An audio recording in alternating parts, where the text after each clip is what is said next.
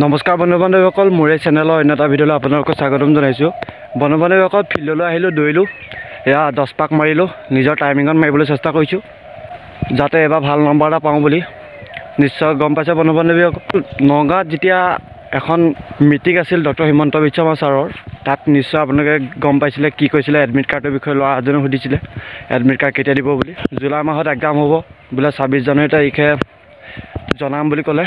নিশ্চয় শুনিছিলে আপোনালোকে, ভিডিঅ' সহকাৰে চাইছিলে চাগৈ।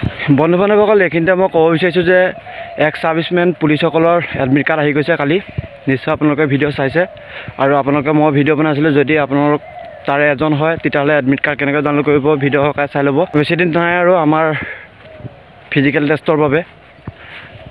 বন্ধু বান্ধৱে যিমান পাৰে প্ৰেক্টিছ কৰক, ফিল্ডত আহি পিনি।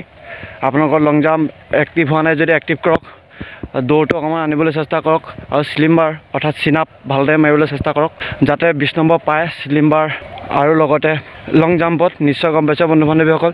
আৰু বন্ধু বান্ধৱীসকল, মই ক'ব বিচাৰিছোঁ যে যিসকলে ভাবিছে এডমিট কাৰ্ড নাহে, জুলাই মাহত এক্সাম হ'ব, কিন্তু ডক্টৰ হিমন্ত বিশ্ব শৰ্মা ছাৰে জুলাই মাহত কিহৰ এক্সাম হ'ব একো নক'লে।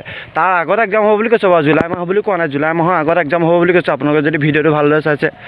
আৰু যেতিয়া এডমিট কাৰ্ডৰ বিষয়ে সুধিছিলে তেতিয়া কৈছিলে যে জুলাই মাহৰ আগত এক্সাম হ'ব। এডমিট কাৰ্ড কেতিয়া আহিব নক'লে, কাৰণ 26 জানুৱাৰী তাৰিখে বোলে ঘোষণা কৰিব এডমিট কাৰ্ড কেতিয়া দিব।